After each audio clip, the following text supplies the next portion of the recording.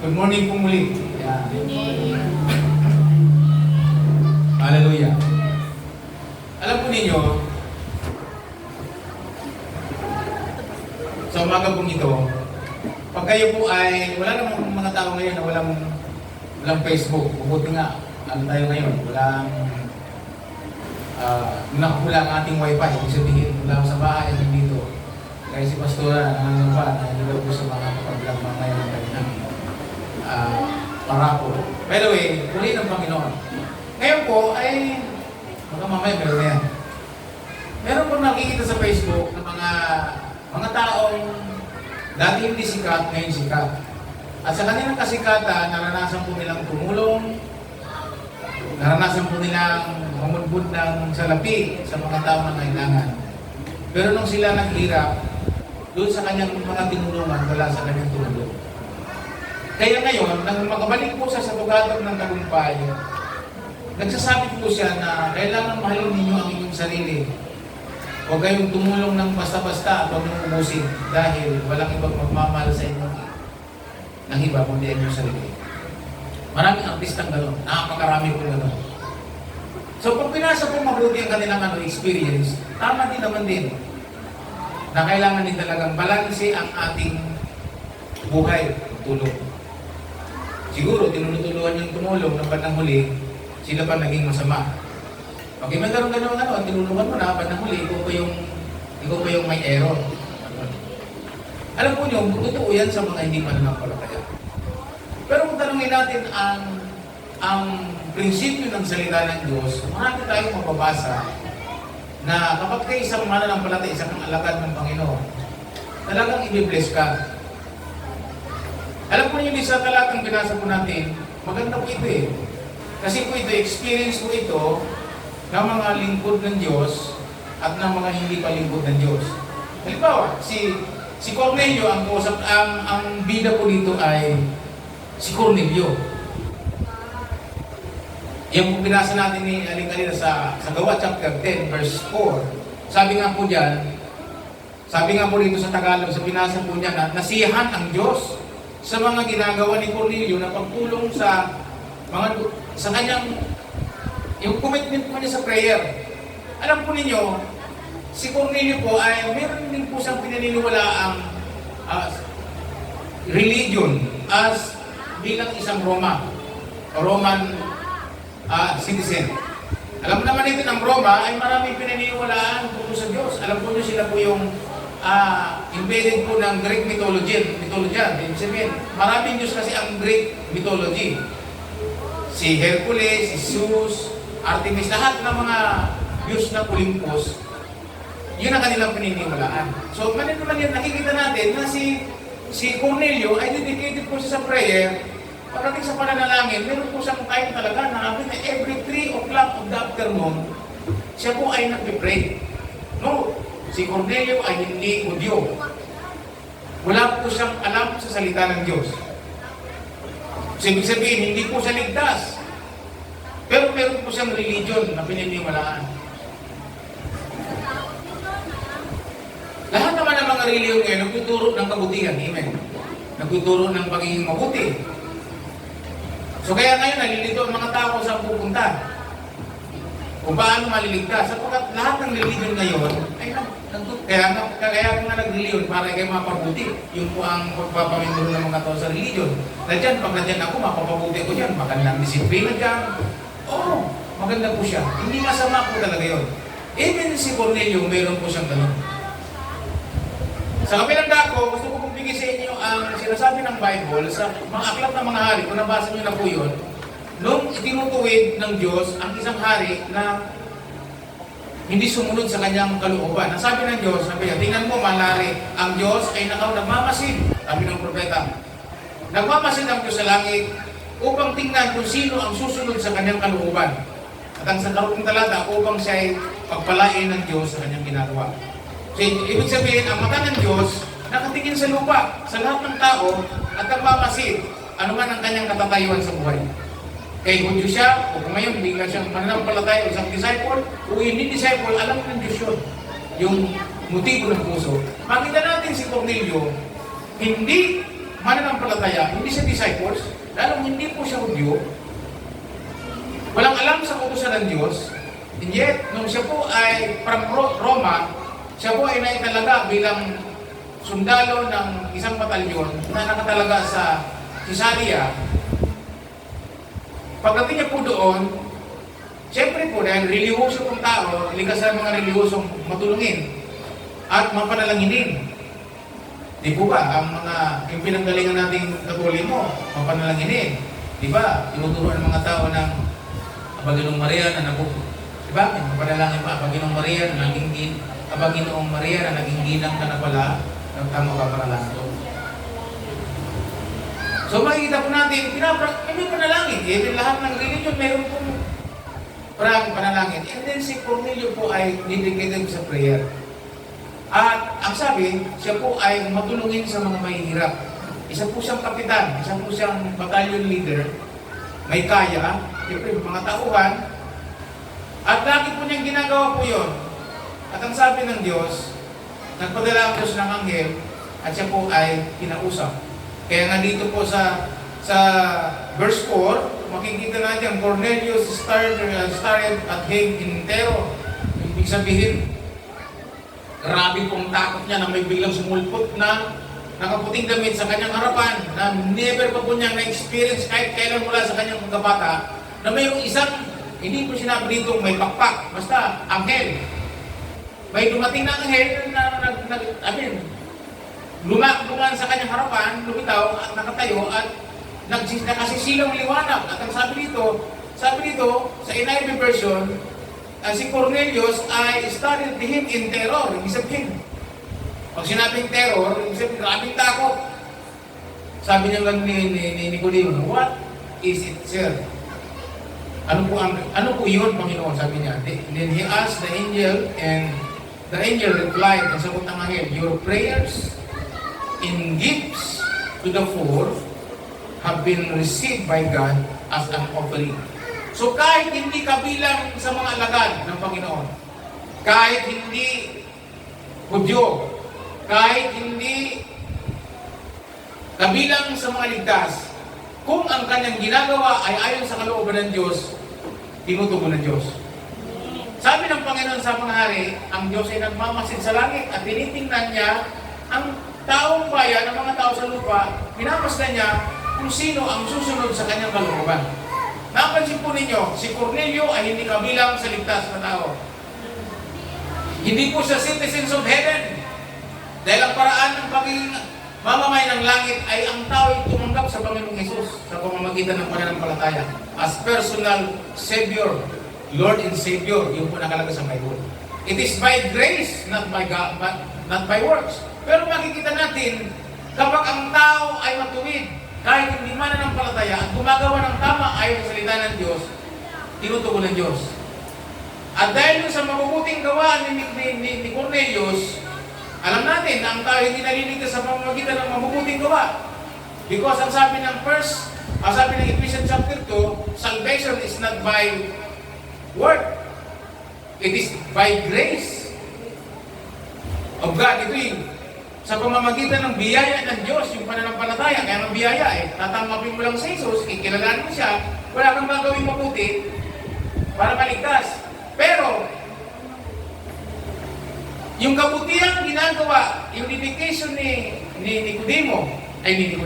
Cornelio, at yung kanyang mga pagtulong, sabi nga po dito sa Bible po, sa Poem Bible, sa Bible ng mga pastor, sabi niya dito, sinabi sa kanya, ang mga panalangin mo at ang iyong mga limos ay umakyat bilang alaala sa harapan ng Diyos.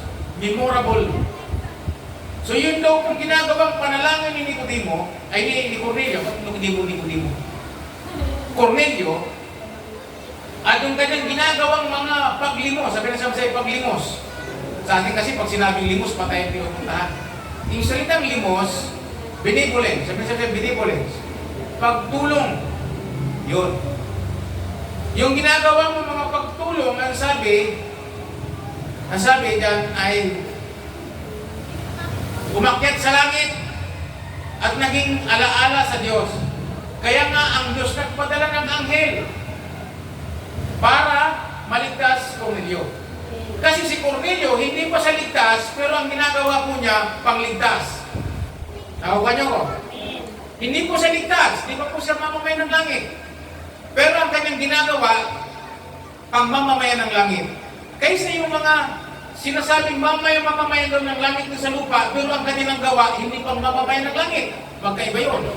Di po ba? Yung mga sinasabing mga Kristiyano ko ngayon, o sabihin natin may mga alagad ngayon na ang buhay, hindi naman papuntang langit. Kumbaga, ang dapat siya papuntang Amerika, pero ang kanyang buhay papuntang Japan. Di ba? Iba yung magkaiba yun. So makikita natin, si Cornelio, ang buhay po niya, hindi papuntang langit, pero ang ginagawa niya, papuntang langit.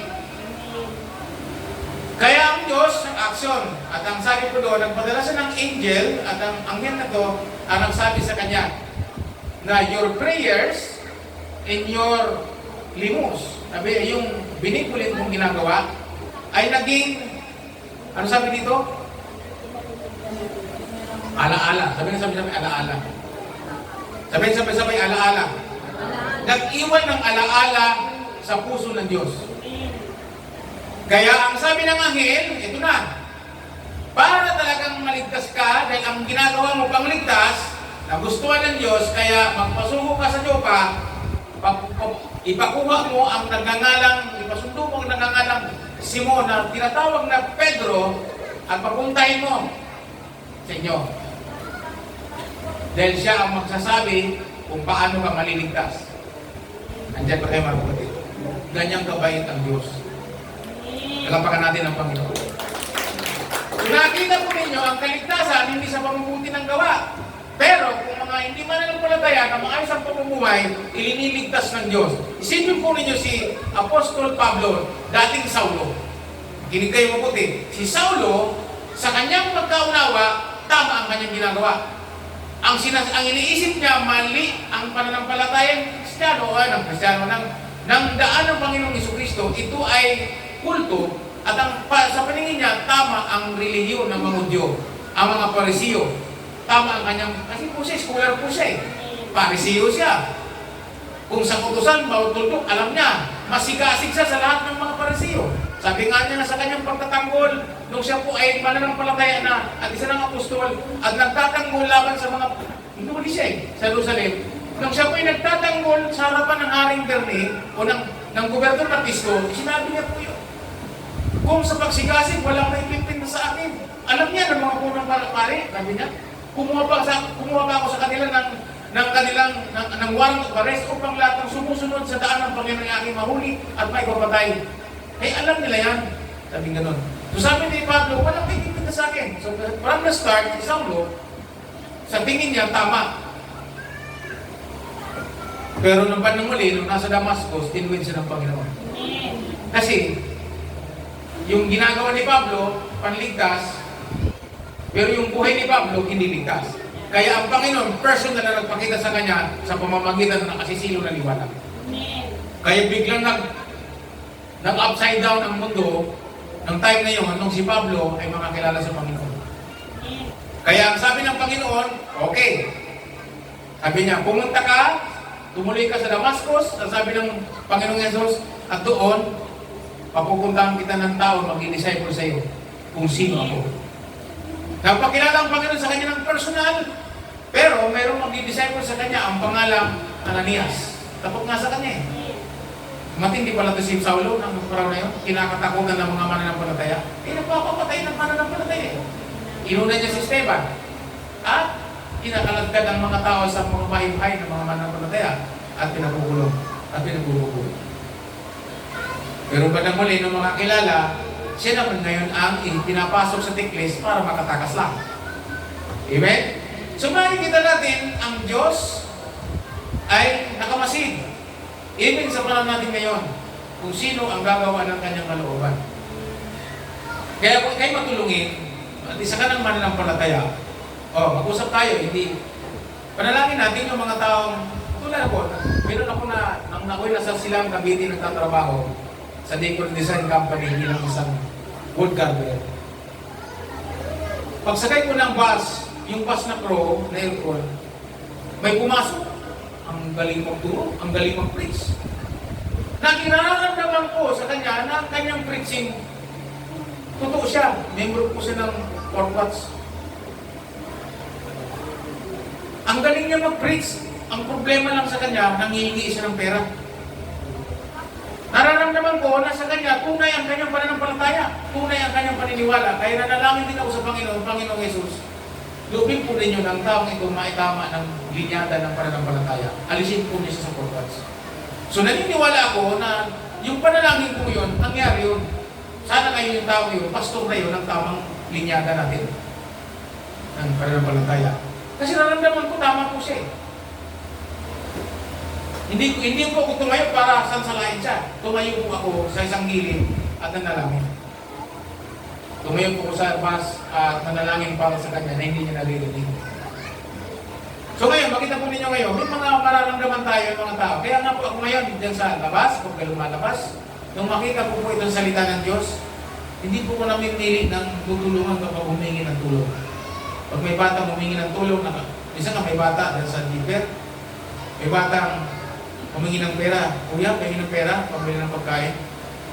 Tinignan ko yung paa, isa na lang sinilas. Kabila, wala. Tapos, ito, magkano bang gusto mo? Binibiro ko. Basta bigyan mo lang ako, bili ako pagkain. Pagbuka ng palad niya, marami na siya na-collectang mga piso, 5 piso, binigyan mo siya ng bili. Sige lang, bigay. Kahit pa yung bigay. Bigay na ng bigay. Kasi konting halaga lang naman yan eh. Ang Diyos ko ay nagmamasi sa mga ganun. Ang sabi ko ng Bible, pag mayroong kang tanim, mayroong kang, kung tumulong ka sa iba, darating panahon, siguro si Marlene, tumulong-tulong din to. Kaya bandang panahon na siya nangangailangan, may tumulong din sa kanya. So ang ating pagtutulong, lahat naman tayo, sa tingin natin, puro tayo, nasa hindi tayo mayaman, hirap. Pero mayroon pang mga tao mas mahirap kaysa atin. Kung magiging damdamin lang natin ang pagtulong, ang panalangin at pagtulong, katulad ni Cornelio, darating ang panahon, ang Diyos ay magsusuko ng kanyang kalooban sa atin upang tayo dalhin sa isang maayos na kalagayan sa buhay. Kailangan ang pagtutulong ngayon ng salita ng Diyos ngayon sa atin. Ano po ba niyo ang kwento nito? Nung dumating na si Pedro, ang sabi po doon, pagdating ni Pedro, nasa kalagitnaan pa lang ng preaching si Pedro, bumaba ng Holy Spirit sa mga tao niya. Kaya nung mapuspos ng Holy Spirit yung mga taong yun, sina Cornelio at ang kanyang pamilya at yung kanyang mga kaibigan, nag-speak in tongues na yung mga tao. Kaya sabi ni Pedro sa kanyang mga kasama, sino pa mahadlang para bautismuhan sila sa tubig? Ay nag-speak in tongues na nga, napuspos na. Natulad na rin natin sila. Kaya pag uwi ni Pedro, ang laking problema niya. Kasi pumunta siya sa mga hindi Hudyo. Bawal kasi sa mga Hudyo na pumupunta sa mga hindi Hudyo. Kaya, anong nangyari? Nagkaroon ng debate. Talagang siya pinuna. Siya po ay, talagang inatake po siya ng kanyang mga kapwa-Hudyo. Pero nung siya nagpaliwanag, nagsabi, tumahimik na mga tao. Imbis na sitahin mo siya, ang ginawa nitong mga to, nagpuri sa Diyos. Yung mga tao nakaunawa sa layunin ng Diyos. Kaya mga kapatid, dapat maging ang isip natin bilang alagad ng Diyos. Tingnan natin mabuti ang mga tao. Pagka ang taong yan, nakikita natin matulog. Napagpasan niyo ba yung mga hindi mananampalatay tulad natin? Hindi alagad ni Jesus. Pero kung tumulong, ganun-ganun na lang. Wala siyang, sa pagtulong, wala siyang, imig-imig. Alam po ninyo, darating ang panahon, aayusin ng Lord ang buhay niyan. Pag ang kanyang ginagawa ay umabot sa Diyos at maging alaala sa harapan ng Diyos ang kanyang prayers at ang kanyang mga ginagawang pagtulong. Kung ang ating po mga ginagawa sa panahon ngayon bilang mananampalataya, sabi nga sa aklat ng mga Korinto, sa aklatang gawa, sa lahat ng mga sinulat ni Apostol Pablo, ang sabi niya, ang pagtulong sa pagpapalaganap ng mabuting balita ay isang alaala sa harapan ng Diyos. Isang offering. Sabi nga dito ng Panginoon sabi nga ng anghel kay Cornelio, naging ang yung ginawa ay naging isang offering. Dito sa New Living Translation, ang nakalagay offering. Sabi niya, your prayers and gifts to the poor have been received by God as an offering. Ala-ala. Di ba pagka nabigay ka ng handog, offering, ang tawag doon sa Tagalog, ala-ala. Di ba pag pupunta ka ng presidente, nagdadala ka ng ala-ala mo sa kanya para ikay mabigyan ng favor. Nalala ko tuloy yung kaibigan ni John na dati siya nagdadrive doon. Nagpipilit na magpagawa ng agilang inukit. Bakit? Sabi niya, kasi dadalhin ko kay Presidente Duterte. Mahilig yun sa agila. So sabi niya, ilalagay doon sa opisina, nakalagay ang pangalan niya na ala-ala niya kay Presidente. Pagka siyempre, pag nandun niya sa harapan lagi ng opisina ng Presidente, nakita yun, maalala niya na si ganito, mayroong regalo sa kanya. No? Nagkakaroon siya ng mabigyan nga ng pabor. O ano gusto mong maging, ano ba ang gusto mong maging bahagi sa ating administrasyon? Hindi yung kang pabor. Yung ating mga ginagawa, yung ating pananampalataya, yung ating mga ginagawa, yung ating prayers, ay nagiging arms. Arms, sa English po, arms. Thy arms, ang ibig sabihin po ay offering. Remembrance. Tingnan po niyo sa King James. Sa King James, ang nakalagay dito, sabi niya, he said unto him, thy prayers and thy kind arms are come up for a memorial before God. Memorial ang sinabi. Yung arms ay naging memorials. Yung memorials po, yung arms, pag tinignan po natin sa Greek, yung po ay elemusone. Elemusone. Ang ibig sabihin po ay nagdadala sa atin sa mercy. Especially na i-exhibit ng giving arm or charity. Ito daw po yung nagpapatungkol sa benefaction itself, patungkol sa donation sa mga walang kaya. Ito daw po ay ala-ala. Nakapansin po ninyo na nung mag-usap si Pablo sa si Pedro, pinag-usapan po talaga nila na huwag pabayaan, especially yung mga mahihirap. So yung unang church, priority po talaga nila, kung sila po ay naghahayo at sila po ay nangangaral, at kung mayroong tutulungan ng tinatawag na tulong ng mga pinansyal o material, ang sinasabi niya, huwag daw talagang pabayaan yung mga kapatid na mahihirap. Sana ito yung maunawaan natin mga kapatid. Na kung tayo umaangat sa buhay, huwag natin kalimutan na mayroon tayong kapatiran sa simbahan na talagang hindi kaya at nahihirapan, pwede tayong mag-acto ng katulad ng Cornelio. Sapagkat yung pagtulong pala, yung pag-exhibit ng giving, pag-exhibit ng tulong o pag-exhibit po ng limos. Sa atin, pangit pang ginawang limos eh. Kasi pag limos parang, ito, may limos ako sa iyo. Pag sinabi mo ang buhay pa, sabi mong limos, at sabihin ka, gusto mo na ako mamatay. Parang ganun paniniwala natin, di ba? Hindi po, pag sinabing limos, sabi niya, may limos ako sa iyo. Ibig sabihin, meron akong tulong sa iyo. Para walang mag-tisod, sabihin na lang natin, meron akong tulong sa iyo. Huwag mo na sabihin limos kasi maraming tisod sa limos eh. Amen po ba? Pag may nag-away, mayroong kaibigan, tapos may utang, hindi nagbayad, nagalit yung inutangan. Sige, bahala ka na. Kung mamatay ka, limos ko na lang yan sa iyo. Parang gano'n, di ba? Kung aminin nyo, parang nasabi nyo rin yun nung araw eh. Aminin, don't be a lie, don't deny, sabi mo sa TV. Minsan pag nagalit tayo eh, kung mamatay ka, hindi sila magbayad, hindi kanila nang yun, pag namatay sila, hindi na ako maglilimos sa kanila, mayroon na ako na itulong sa kanila. Masama yun, huwag natin gawin. So, huwag natin gawin yun, tulong na lang natin. Amen. Sabi po dito, mas pinagpapala sabi ng Panginoon sa gawa, mas pinagpapala ng Diyos ang nagbibigay kaysa tumatanggap. So tayo na tumutulong, pag tayo tumulong bilang isang mananampalataya, i-forget mo na, huwag ka nang mag-ask ng respect. Kung baga sa Facebook, pag ikay content creator, naghahanap ka ng mga respecter. Sabi niya, punta ka sa bahay ko, pag-uwiman ka ng comment dyan, iwan ka ng bakas, at ako'y legit na respecter. Okay. Mga ganun. Alam na. Di po ba? Naghahanap ng resbacker, paki-ano lang po, paki-like, paki-comment and share. Hindi to Facebook. Ang pagtulong, kung tutulong tayo, tulad ni Cornelio na walang hiningin kapalit, gusto nga ng Diyos eh. Naging alaala ka sa harapan ng kaya nga ang Diyos nagpumahog eh. Ito nakakatuwa. Ikaw, pag tayo mayroong compassion, sabi natin sabi compassion, mayroon tayong passion o compassion sa puso natin na hindi man tayo nakakaluwal, pero mayroon tayong damdamin tumulong, gustong tumulong. At alam po ba niyo, kung mayroon tayo nito, alam mo, iniisip pa lang natin, pinaplano pa lang natin ang Diyos naghahanda na. At tingnan niyo si Cornelio. Grabe kabuti ang Diyos. Hindi siya mananampalataya. Hindi siya Udyo. Hindi siya alagad. Pero automatic, nag-action agad ng Panginoon. Special pa nga ang pangyayari. Bakit special? Ang Diyos, pag gumamit ng anghel, special. Special po si Cornelio. Why? Ibig sabihin yung kanyang ginawa ay special.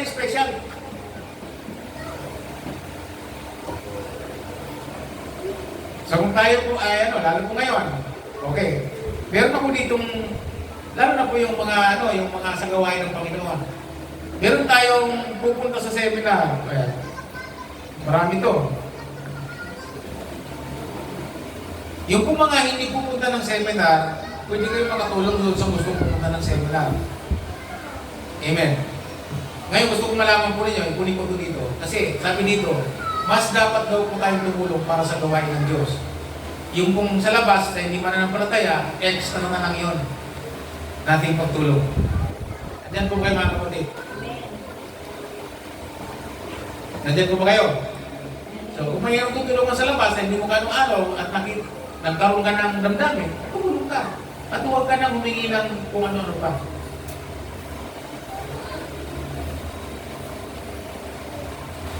Hindi na po ninyo. Magko-convention po tayo. Ang kasama po sa convention, ako, si Jane, kasama ko na yung bata, si Rosan, si Marlina, si John, si Chayka, si Sigmar, Karina, si Sapwes, Mira Stanislao, Ruel Nostri, Elvira Inapa, Jaya Yurumabak, Usigito Bubat, Ruel Bubat, at 13 na tayo. 14.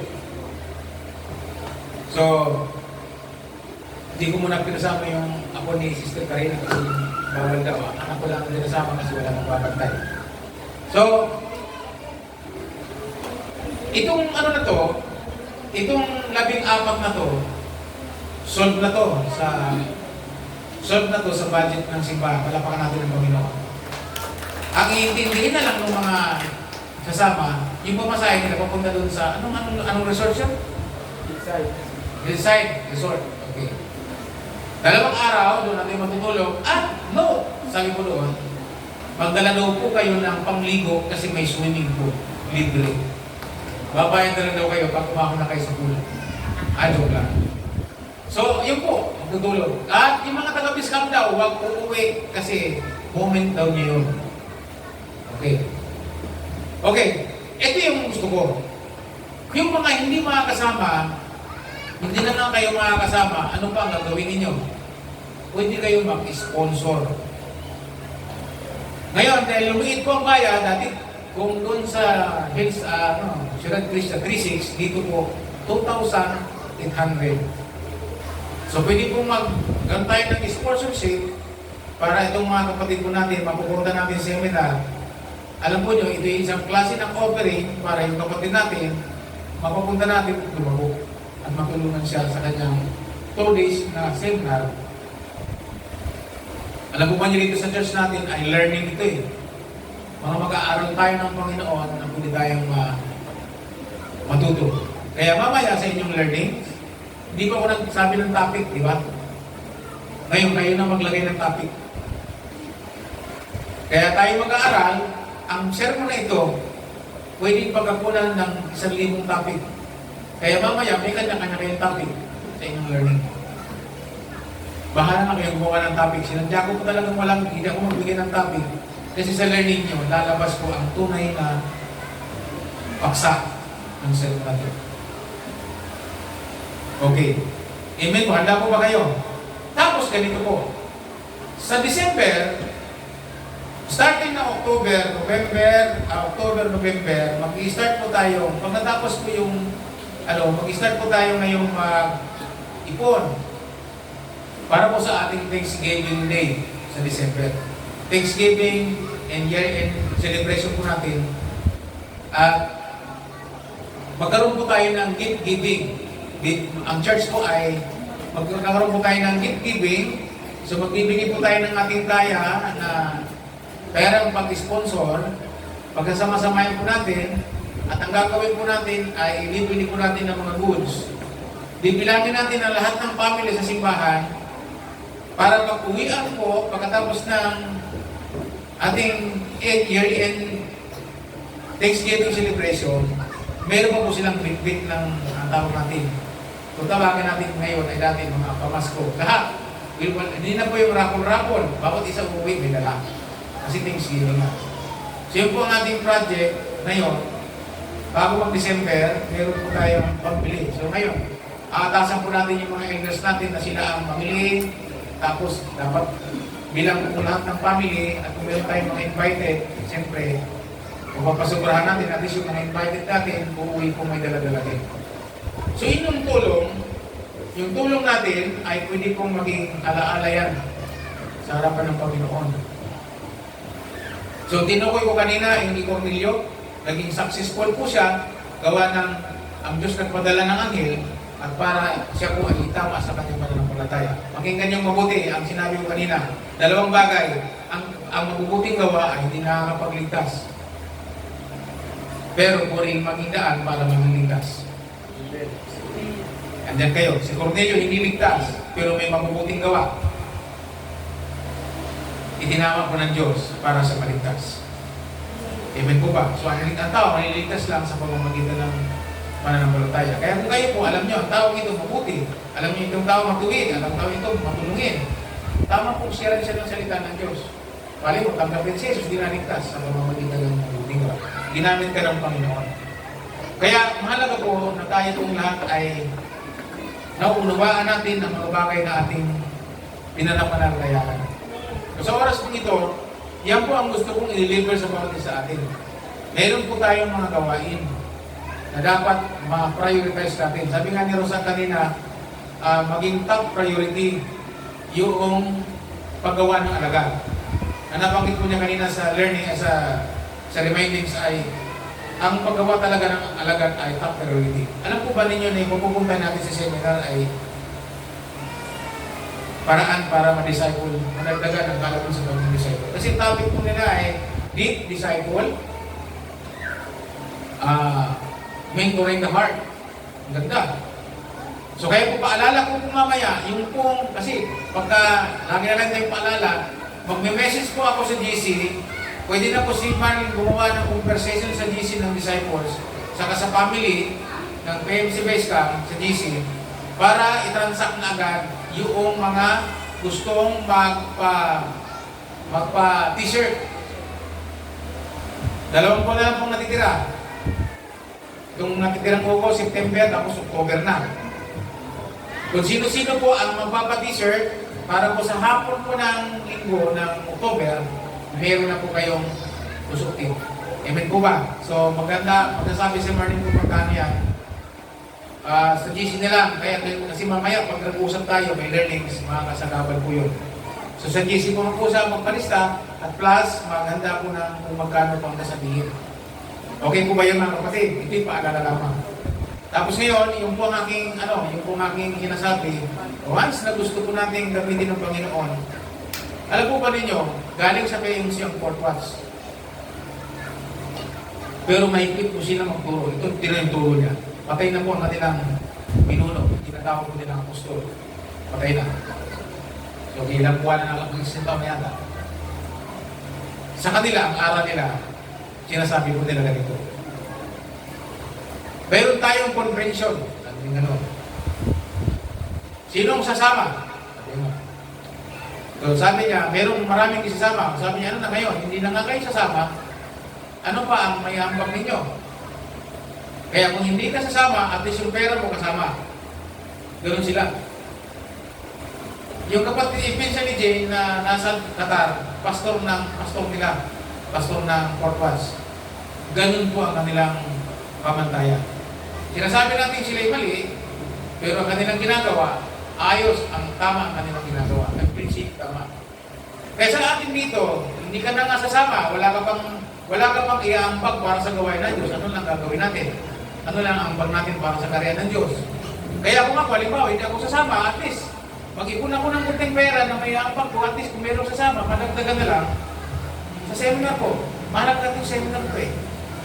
Kasi ang kaya po natin, dati, talagang hirap tayo, at least matarget po natin yung 20.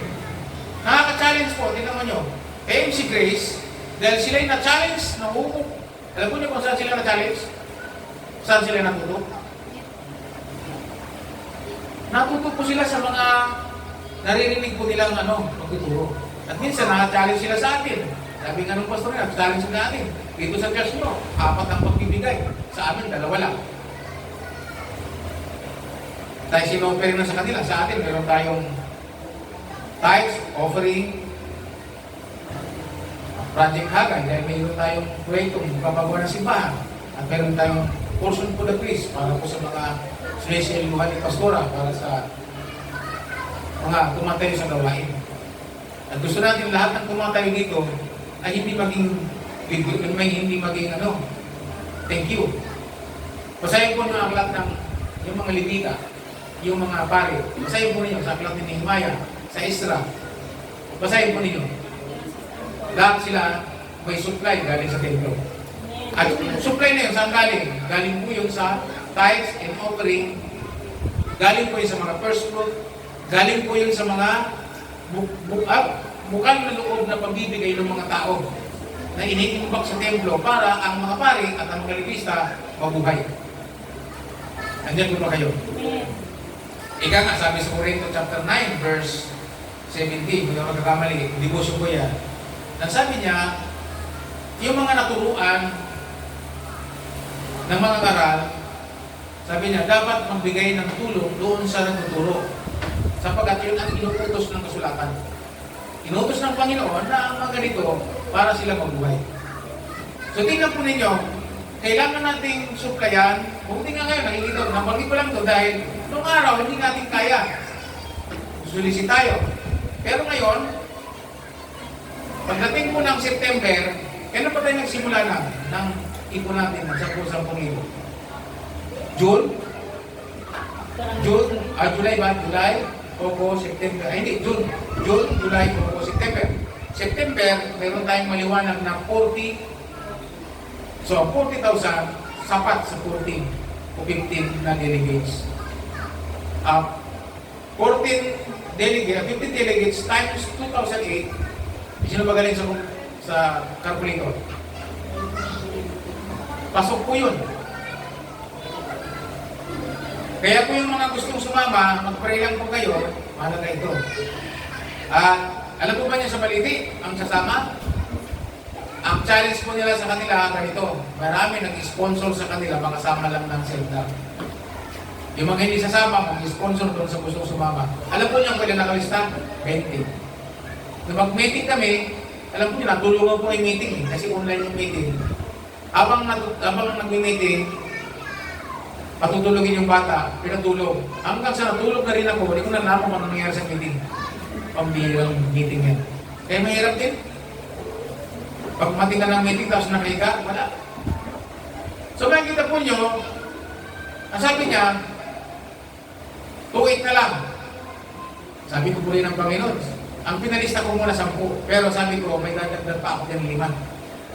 May habol pa. Ay pala nyo. Tapos sabi ko, ang Baliti ko lang kayo, sa amin po kasi 20. 20? Sabi ko, ang lit naman. Pero nahapon po ako dahil 20 sila. Ang tanong, paano naging 20 sila?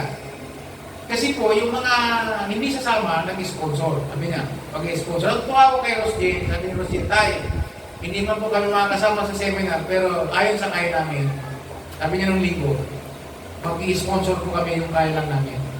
Sino pong gusto mag-sponsor? Yung gusto sumama? Gusto niyo sumama? Sama kayo. Oo, sama kayo. Pagkakataon ito, si Jun kasama ka eh. Tulis ito eh. Pwede rin sila umuwi ng gabi. Pero sabi ng pagka magandang panahon, pwede umuwi, agahan lang. Kasi sabi po doon, pag kumikita tayo ng 100, yung mga taga-bayan, uwian sila. Yung mga lalayo, ang mag-i-stay. Kung tingnan po ninyo, pag umapat po na tayo na may 100, ang sabi, ano magiging 2.7 na lang. Diba? Pamasahin na lang nga lang ang kailangan. So, ito yung kasama sa sermong ito. Kinunin ko po ito, katulad na nangyari sa panahon nila. So, tingnan nyo si Cornelio. Si Cornelio hindi mananampalataya, pero nilinis ng Panginoon. How about us? Tayo mananampalataya. Alam mo ba niyo sabi sa Macedonia? Ang Macedonia, kahit wala, kahit sa kahirapan, sila ay masigasig sa pagtulong. Ano nangyari sa kanila ng bandang panahon? Sila ay pinagpala ng Panginoon. At hanggang ngayon, ang salitang, ang pangalang Macedonia ay laman ng simbahan pagdating sa pagtuturo ng Diyos. Sino po na gumagamit niya? 2 Corinthians chapter 9, chapter 8. Di po ba? Lagi natin nababanggit si Macedonia. Tama si Lord. Tama si Jesus. Ano nangyari kay Jesus nung siya po ay nasa isang lugar, sa Bitinia? Pag dumating na isang babae ng pangalang Maria, may daladalang mamahaling pabango. Alam po ba yung mamahaling pabango yun? Wala po yung bukasan. Kasi nung sinarahan po yun, fix. Para yung mabuksan, kailangan basagin. Pabasagin yung ulo. At yung mamahaling pabango na kung ilang taon ng stock na hindi pinubuksan, mamahalin yun. Nardo ang tawag doon sa pabango yun. Binuhos niya sa ulo at sa paa ng Panginoon. At ang sabi ni Judas, sino si Judas? Apostol. Ano ang pwesto ni Judas sa church? Ha? Secretary? Treasurer, ingat yaman. Ay dahil siya ay kinukupit niya yung pera. Pero nakakatuwa si Lord, makinig ko mabuti. Nakakatuwa si Lord. Alam ni Lord na kinukupit ni Judas, nandyan po ba kayo? Alam ni Lord na kinukupit ni Judas yung pera sa kaban, pero hindi siya minsan tinuwid ni Lord. Kasi naituro niya po kung anong tilnin, yun ang atingin. Ang sabi ni Judas, bakit ginanyan yan, pabango yan? Bakit ginamit yan sa ulo ni Lord? Pwede kasing ibenta yan eh. At tapos ang mapagbintahan, malaking halaga, at pwede ipamugmod sa mga mahihirap. Ano ka? Okay, ipamigay sa mga duka. Pero sabi ni Lord, huwag niyo siyang gampalain. Sabi niya, ang ginawa niya ito'y paghahanda niya sa aking paglilibig. Ang mga mahirap, lagi ninyo kasama. Pero ako, tandaan niyo, ang sabi niya, itong paglilibig. Ang kanyang ginawang ito, ay hindi malilimutan. Kahit saan ipangangaral ang mabuting balita, ang kanyang ginawa ay maalala lagi. Hallelujah. Palapakan natin si Lord. Ngayon, ito yung masasabi ko. Ngayon, ito'y para sa akin. Ngayon, kung mayroon kang ginagawa ngayon bilang ang alagad, isa ka naman ng palataya, may mga ginagawa ka para sa kaharian ng Diyos. Tumutulong ka sa gawain ng Panginoon, tumutulong ka sa mga taong gustong umunlad sa Panginoon, tumutulong ka sa mga hindi mo kilala.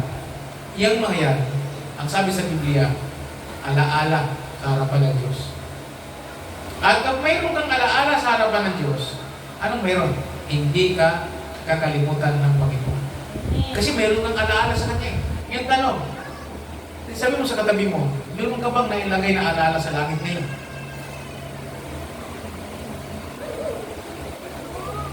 Di ba? Nalala ko si Jessica ni Aliging sa kanil Kuya G. Pumunta ng Baguio. Pagpunta ng Baguio, ay si Erlin, pumunta ng Baguio. Sila. Pagpunta na ng Baguio, si Jessica, bumili ng lalagyan sa opisina, yung lalagyan ng ballpen. Nakapangalan sa akin, plus ballpen pa. Nakapersonal sa akin. Tapos, galing siya sa Baguio, binigay sa akin. So, meron siyang alaala sa akin. Pag nakikita ko yun, may alaala sa akin si Jessica. Kaya pagka mag-prayer ako, Lord, kung nga palaw si Jessica, paki-bless ko rin. Kasi bakit? Meron siyang alaala sa akin, nakita ko sa harapan ko, uy, nga pala, si Jessica pa nag sa akin. Sorry Lord, nakakalimutan ko. I-bless po niyo yung mag-asawa. Pati pulis na asawa niya, pakakilala. Okay, si Erlyn dumating, may dala kong t-shirt. Ang pangalan ko ay The Capital City of Tourism. Ano yan? Baguio. Sabi ko, thank you sa alaala. So kung mayroong alaala, di ba? Pag mayroong alaala, hindi mo na kailangan kumanta na, alaala mo pa kaya. Hindi ka nakakanta ng ganyan kasi mayroong kang alaala talaga eh. Ngayon tanong, ano po ang alaala natin sa harapan ng Diyos? Nagawa ni Cornelio, hindi pa nananampalataya. How about you bilang isang alagad? Meron ba tayong alaala? At yan, alam niyo na kung paano gumawa ng alaala sa Panginoon. Kung baga sa Facebook, kung si Lord ay si Meta o si algorithm,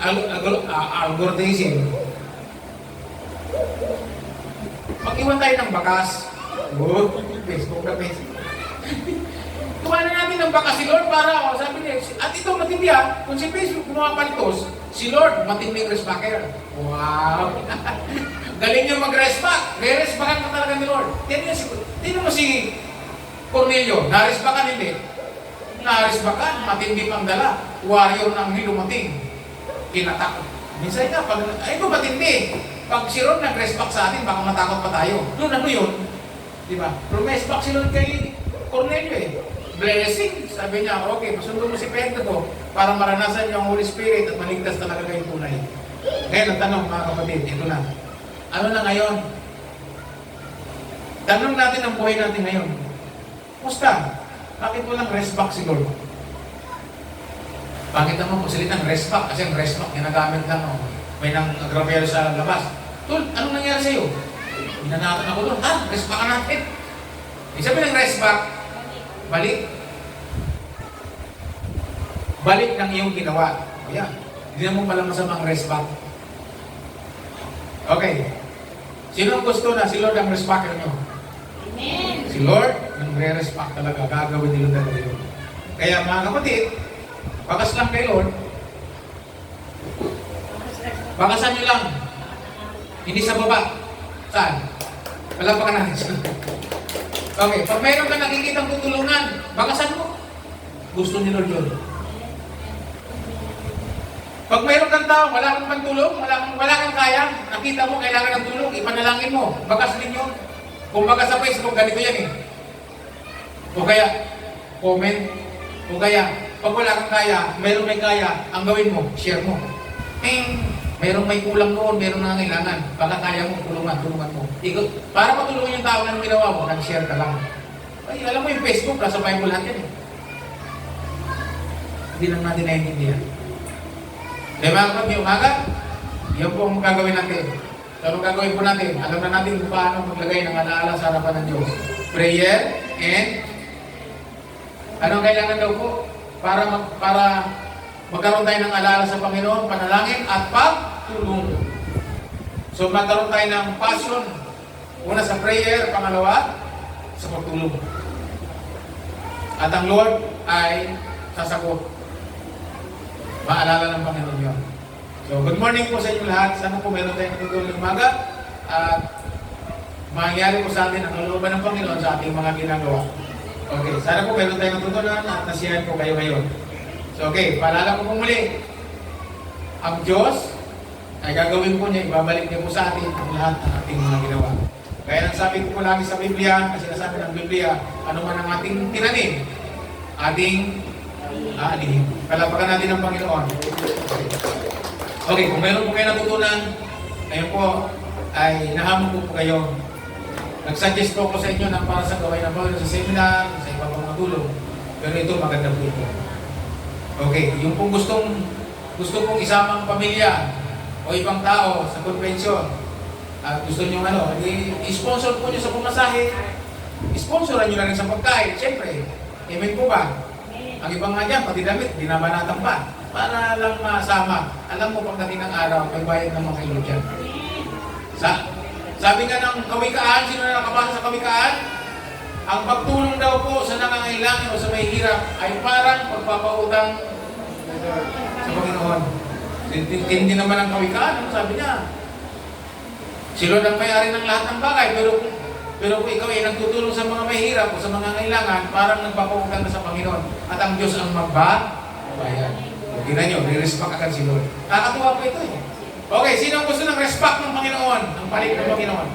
Yan, babalikan talaga tayo ng Panginoon. Tayo po tayo lahat, at tayo manalangin doon. Salamat sa Diyos sa message.